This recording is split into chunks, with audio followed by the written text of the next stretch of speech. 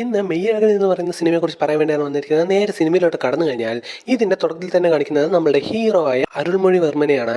ഇദ്ദേഹത്തിന്റെ വീടും സ്ഥലവും എല്ലാം തന്നെ ഇല്ലേ തഞ്ചാവൂരായിരുന്നു. അവിടെ ഒരു സ്വത്ത് തർക്കം കാരണം തന്റെ കുടുംബത്തിൽപ്പെട്ട തന്നെ 4 പേർ ചേർന്ന് ഈ വീടാകെ തന്നെ അവരുടെ കയ്യിൽ നിന്നും വാങ്ങിച്ചെടുത്തു. ചെറുപ്പം മുതലേ താൻ കളിച്ചു വളർന്ന വീടൊഴിഞ്ഞു പോകാൻ ഒരുപാട് വിഷമത്തോടെ തഞ്ചാവൂർ കോവിലിൽ കിടന്നുകൊണ്ടിരിക്കുന്ന സമയത്ത് അവിടെ ഒരു ആന വന്ന് ആശീർവാദം കൊടുക്കുന്ന പോലെ കാണിക്കുന്നു. ഈ ഒരു ആനയും ചെറുപ്പം മുതലേ ഇവിടെ തന്നെ ഉള്ളതാണെന്ന് പറഞ്ഞ് അതിനെക്കുറിച്ചും പറയുന്നുണ്ട്. ഇതെല്ലാം കേൾക്കുമ്പോൾ അരുണിന് ഒരുപാട് വിഷമമാവുന്നുണ്ട്.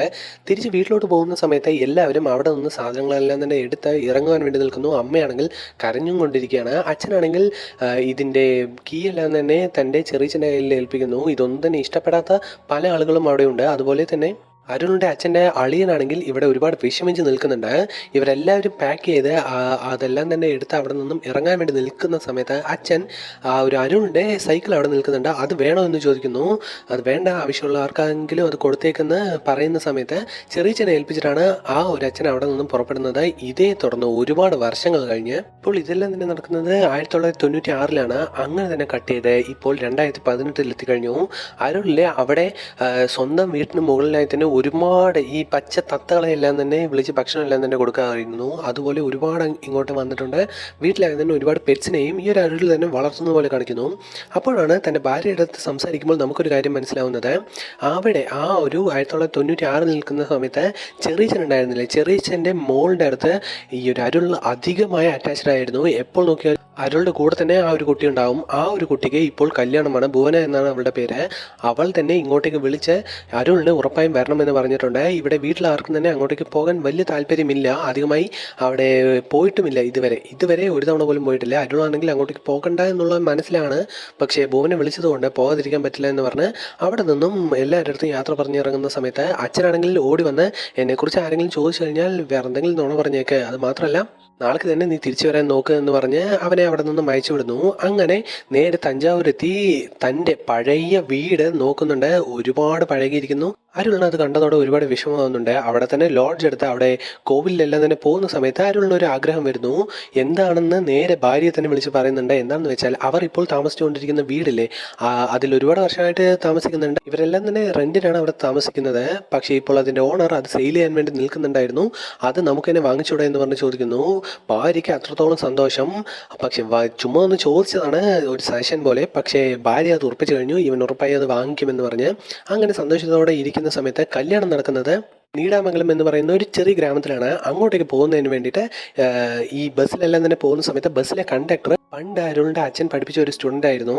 അത് കണ്ട് അവരെയും സംസാരിച്ച് അവരുടെ അടുത്തെല്ലാം തന്നെ സംസാരിച്ച് വഴിയും ചോദിച്ച് നേരെ ആ ഒരു മണ്ഡപത്തിലോട്ടെത്തി. അവിടെ വെച്ച് ആരെയും നോക്കണ്ട എന്ന് പറഞ്ഞ് അവസാനത്തെ റോയിൽ പോയി ഇരിക്കുന്നുണ്ട്. പക്ഷേ അവിടെ ഉണ്ടായിരുന്ന വീഡിയോ ക്യാമറയിൽ ഈ ഒരു അരുളിനെ തന്നെ വീഡിയോ എടുത്തതുകൊണ്ട് അത് കണ്ട് ഒരു ലേഡി ഓടി വരുന്നുണ്ട്. ഇതാരാന്ന് വെച്ചാൽ അരുളിൻ്റെ മുറപ്പെണ്ണായിരുന്നു. വന്ന് ഒരുപാട് സന്തോഷത്തോടെ സംസാരിച്ച് ഹാപ്പി ആയിരിക്കുന്നത് കൊണ്ട് നീ സുഖമായിരിക്കുന്നില്ല എന്ന് പറഞ്ഞാൽ അരുൾ ചോദിക്കുന്ന സമയത്ത് അധികം സുഖമായിട്ടൊന്നുമില്ല, തൻ്റെ ലൈഫ് ഇച്ചിരി മോശമാണെന്ന് പറഞ്ഞ് മനസ്സിലാക്കി കൊടുക്കുന്നുണ്ട്. അത് പറഞ്ഞ് വിഷമിക്കുമെന്ന് വിചാരിച്ചാൽ അടുത്തതായി തന്നെ ഒരാൾ വന്ന് ഈ അരുളിൻ്റെ കണ്ണുപൊത്തുന്നുണ്ട്. ആരാണെന്ന് അരുളിനും മനസ്സിലാവുന്നേ ഇല്ല.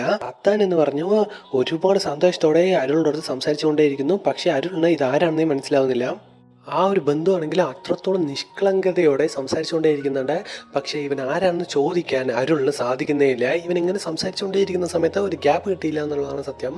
എപ്പോൾ നോക്കിയാലും ഓരോ കഥകളായിട്ട് പറഞ്ഞുകൊണ്ടേയിരിക്കുന്നുണ്ട്. തൻ്റെ വീട്ടിൻ്റെ കഥ, ഈ ഒരു അരുൾ പോയതിന് ശേഷം എന്തൊക്കെ നടന്നു എന്നെല്ലാം പറഞ്ഞുകൊണ്ടേയിരിക്കുന്നുണ്ട്. ഒരു ഗ്യാപ്പ് കിട്ടുന്നേ ഇല്ല.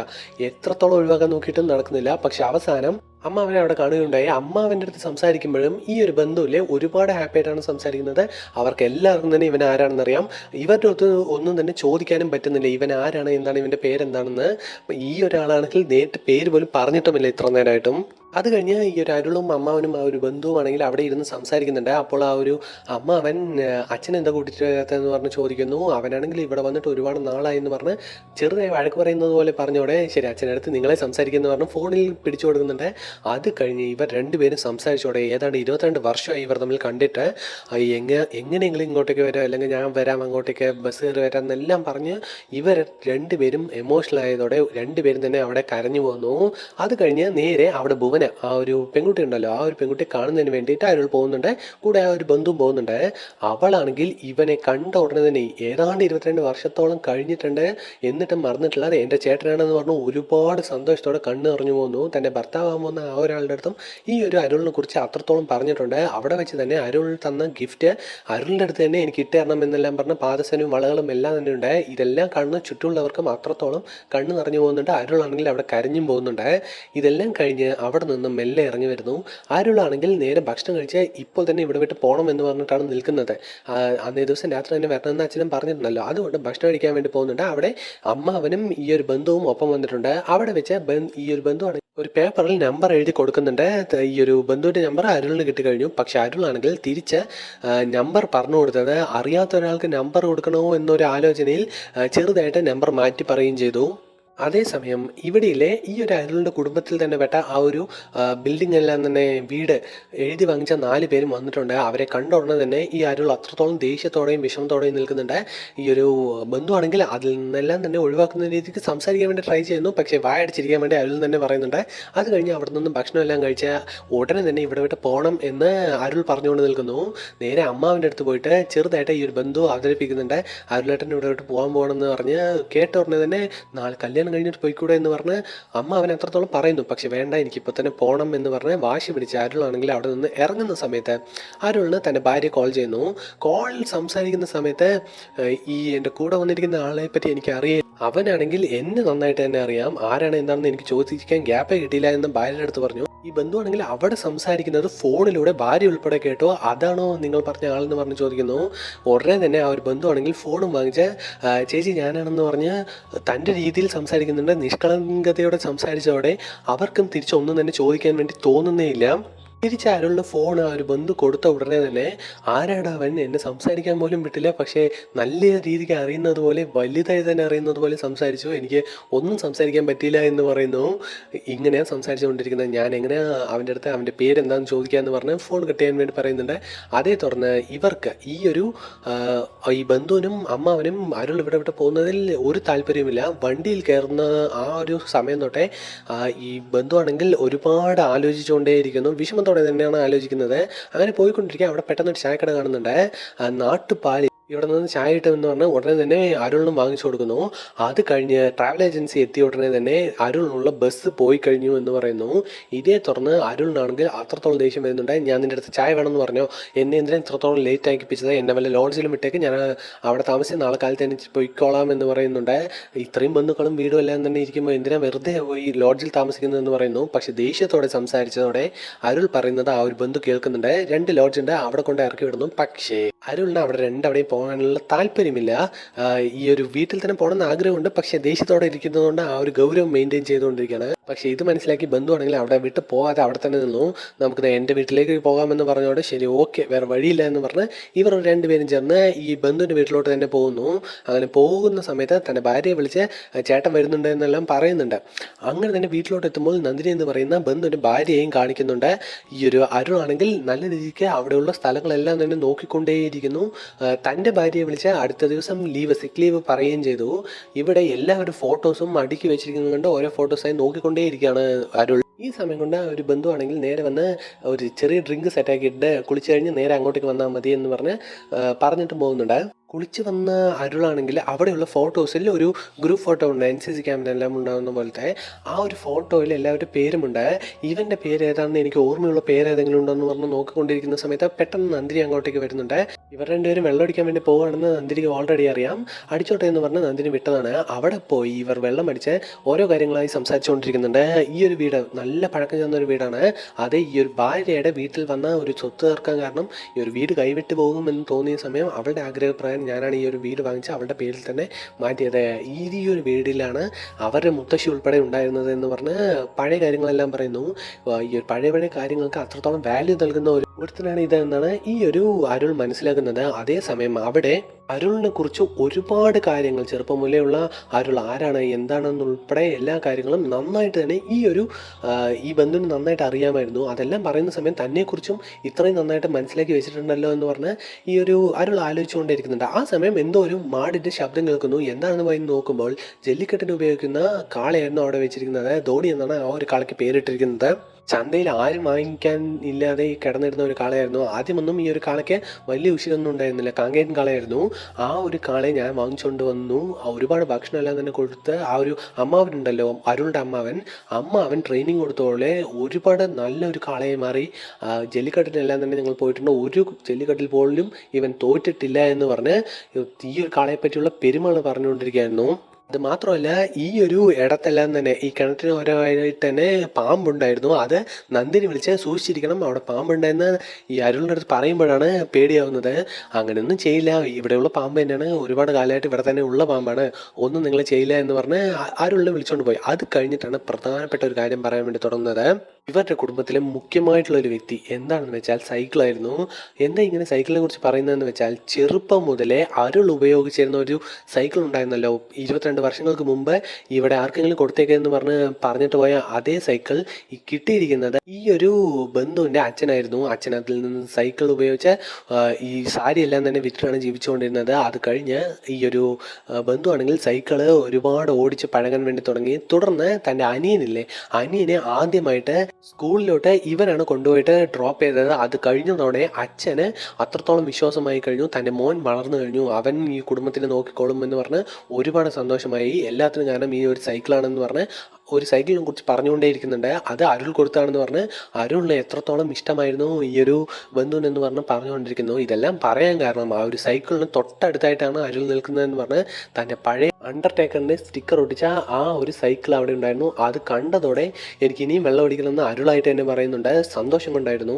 ഉടനെ തന്നെ അത് ഒരു അണക്കെട്ടിനടുത്തായിട്ട് സെറ്റ് ചെയ്തിട്ടുണ്ടെന്ന് പറഞ്ഞ് തൻ്റെ ഫ്രണ്ടിനെ വിളിച്ച് സാധനം എല്ലാം തന്നെ റെഡിയാക്കി കഴിഞ്ഞു. ഈ ഒരു സൈക്കിളിൽ തന്നെ ഇവർ രണ്ടുപേരും അങ്ങോട്ടേക്ക് പോകുന്നുണ്ട്. അവിടെ പോയി ഒരുപാട് സന്തോഷത്തോടെ സംസാരിച്ചുകൊണ്ടിരിക്കുന്നു. അവിടെ വെച്ചാണ് ഈ ഒരു ബന്ധുവിൻ്റെ ഭാര്യ നന്ദിനി 3 മാസം പ്രഗ്നൻ്റ് ആണ് എന്ന് പറയുന്നത്. സന്തോഷം കൊണ്ട് കൺഗ്രാറ്റ്സ് എല്ലാം പറയുന്നുണ്ടായിരുന്നു. പക്ഷേ ആ ഒരു കുട്ടിക്ക് എന്താ പേരിടാൻ വേണ്ടി ഞാൻ പോകുന്നതെന്ന് നിങ്ങൾക്ക് നന്നായിട്ട് അറിയാം. എന്താണെന്ന് പറയുമെന്ന് പറയുമ്പോൾ അരുൾ പറയുന്ന പേരൊന്നും തന്നെ സെറ്റാവുന്നില്ല. എന്താണെന്ന് വെച്ചാൽ ആണായാലും പെണ്ണായാലും ഒരേ പേരാണ് ഇടാൻ വേണ്ടി പോകുന്നത് എന്ന് പറയുന്നു. പക്ഷേ അതെന്താ പേരെന്ന് ഇവൻ്റെ അടുത്ത് തിരിച്ചു ചോദിക്കുന്ന സമയം അരുൾമൊഴിവർമ്മൻ എന്ന് പറയുന്ന അരുളിൻ്റെ പേരാണ് ഇടാൻ വേണ്ടി പോകുന്നതെന്ന് പറയുന്നു. കേട്ട ഉടനെ എനിക്ക് ഇവനെ അറിയ പോലും ഇല്ല, പക്ഷേ തൻ്റെ മോൻ ഉൾപ്പെടെ എൻ്റെ പേരാണ് ഇടാൻ വേണ്ടി പോകുന്നതെന്ന് ഇവൻ പറഞ്ഞത് കേട്ടതോടെ അത്രത്തോളം സന്തോഷമാകുന്നുണ്ട്, അതേസമയം പേടിയുമാവുന്നുണ്ട്. ഇവൻ ആരാണെന്ന് എനിക്ക് അറിയേയില്ല, അതെങ്ങാനും ഇവനെ അറിഞ്ഞു കഴിഞ്ഞാൽ എത്രത്തോളം വിഷമിക്കുമെന്ന് പറഞ്ഞ് ഒരുപാട് ആലോചിക്കുന്നു. അതേസമയം ആ ഒരു ബന്ധുവായിട്ട് തന്നെ വേറൊരു കാര്യം കൂടി പറയുന്നുണ്ട്. എന്നെ നിങ്ങൾക്ക് ഒരുപാട് ഇഷ്ടമല്ലേ, ഞാൻ പറഞ്ഞ ഒരു കാര്യം അനുസരിക്കോ, ആ ഒരു 4 പേർ വീട് അടിച്ചു മാറ്റിയില്ലേ, ആ ഒരു 4 പേരെ ക്ഷമിച്ച് വിട്ടേക്ക്, അത് വേണ്ട, നിങ്ങളെങ്ങാനും മനസ്സിലെങ്കിലും അവരെ എന്തെങ്കിലും പറഞ്ഞു കഴിഞ്ഞാൽ അത് ഉറപ്പായിട്ടും നടക്കും, അങ്ങനെയൊന്നും നടക്കണ്ട എന്ന് പറഞ്ഞ് തൻ്റെ രീതിക്ക് നിഷ്കളങ്കതയോടെ ആ കാര്യം പറഞ്ഞോടെ ശരി ഓക്കെ ഞാൻ അവരൊന്നും തെറ്റായിട്ടൊന്നും പറയില്ല എന്ന് പറഞ്ഞ് തിരിച്ച് ഇവർ രണ്ടുപേരും തന്നെ വീട്ടിലോട്ട് വരുന്നു. അത്രയും വെള്ളം അടിച്ച് വന്നതുകൊണ്ട് തൻ്റെ ചെരുപ്പുകൾ തന്നെ അങ്ങോട്ടും ഇങ്ങോട്ടും മാറിപ്പോകുന്നുണ്ട്.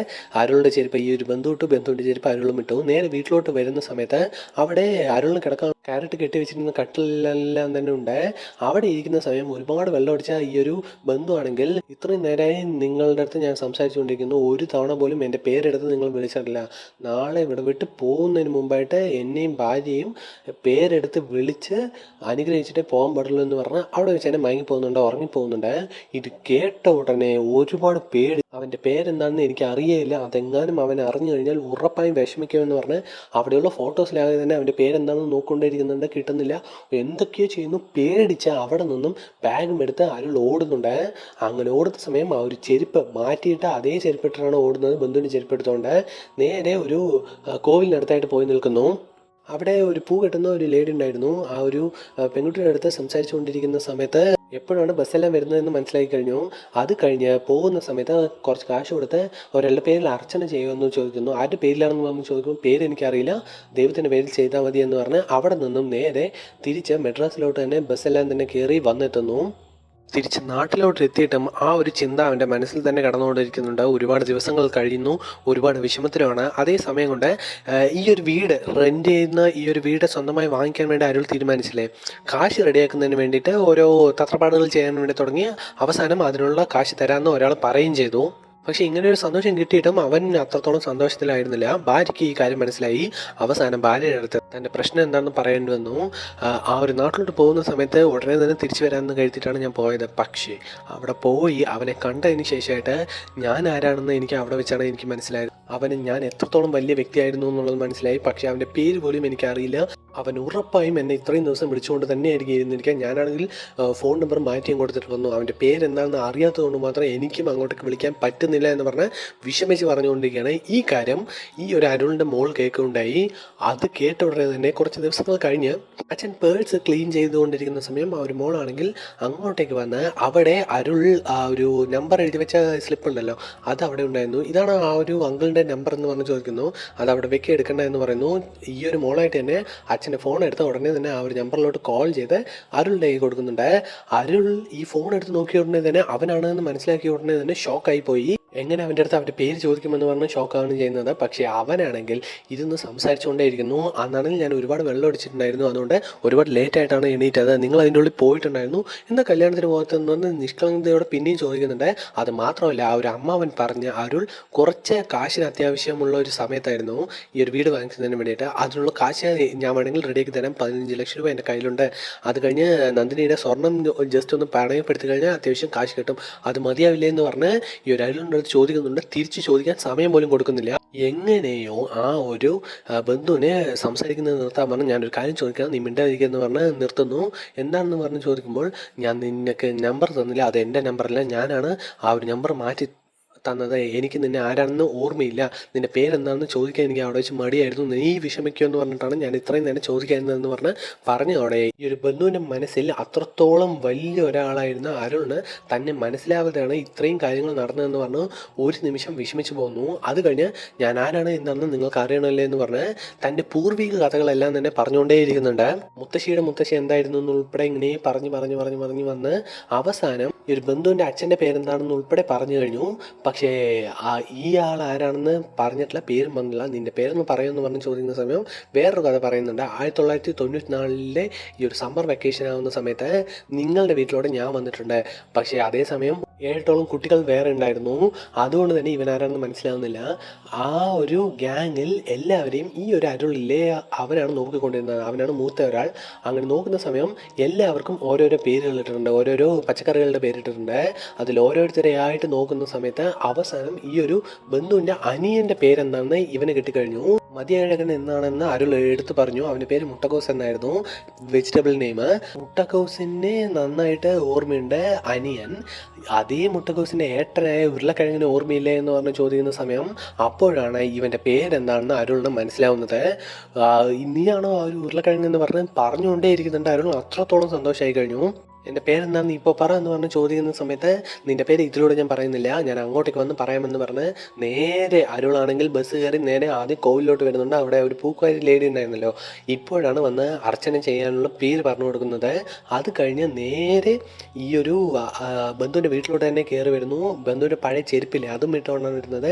നേരെ കഥകിൽ മുട്ടി ഉരുളക്കിഴങ്ങ് പുറത്ത് പോയി എനിക്ക് നിൻ്റെ പേര് മനസ്സിലായി എന്ന് പറയുന്നു. അപ്പോഴൊന്നും കഥ തുറക്കുന്നില്ല. മെയ്യഴകൻ നിൻ്റെ പേര് എനിക്ക് മനസ്സിലായി എന്ന് പറയുന്ന സമയത്ത് മെയ്യഴകൻ എന്നായിരുന്നു ബന്ധുവിൻ്റെ പേര്. അത് പറഞ്ഞോടെ കഥക് തുറന്ന് അവൻ പുറത്തോട്ടേക്ക് വരുന്നത് കാണിച്ച് ഹാപ്പി എൻഡിങ് ആയി ഈ ഒരു സിനിമ ഇവിടെ അവസാനിക്കുന്നു.